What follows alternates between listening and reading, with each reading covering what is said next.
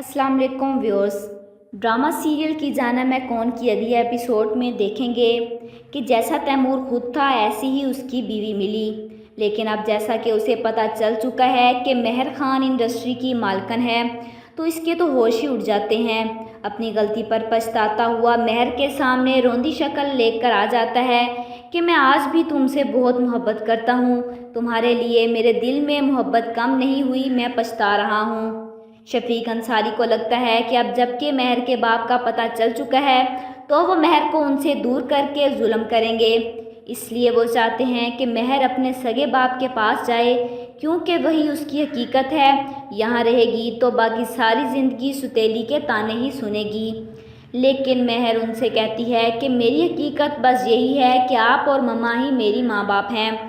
चूँकि मेहर का खान साहब से वादा हुआ था कि वो अपनी फूफो को लेकर आएगी और सब क्लियर करेगी, और मलिहा भी वकार अहमद खान की पूरी फैमिली के सामने उसे कहती हैं कि मेहर रिजवाना तुम्हारी बेटी हैं। और किसी मौजी शख्स को उसकी बीवी और जवान बच्चों के सामने कहा जाए कि तुम्हारी जवानी की शादी जिसे तुमने सबसे छुपाया था उसमें से एक बेटी भी है, तो वो मरकर भी नहीं मानेगी इस बात को, चाहे सच्ची ही क्यों ना हो। अपनी फैमिली के सामने अपनी इज़्ज़त कम नहीं होने देगा। और वही हुआ। वकार खान अहमद चला उठते हैं कि मैं किसी मलिहा या रिजवाना को नहीं जानता, बिला वजह का इल्ज़ाम लगाकर ब्लैकमेल करना चाहते हो मुझे।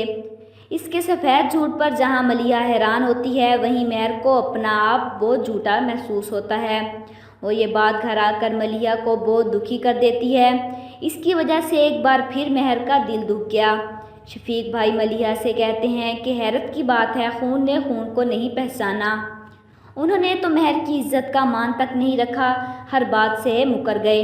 तो जिन लोगों को मेरी ये वीडियो पसंद आई हो तो प्लीज़ उसे लाइक कीजिएगा, अपने दोस्तों के साथ शेयर कीजिएगा और साथ ही साथ मेरे चैनल को भी सब्सक्राइब कीजिएगा। Thanks for watching.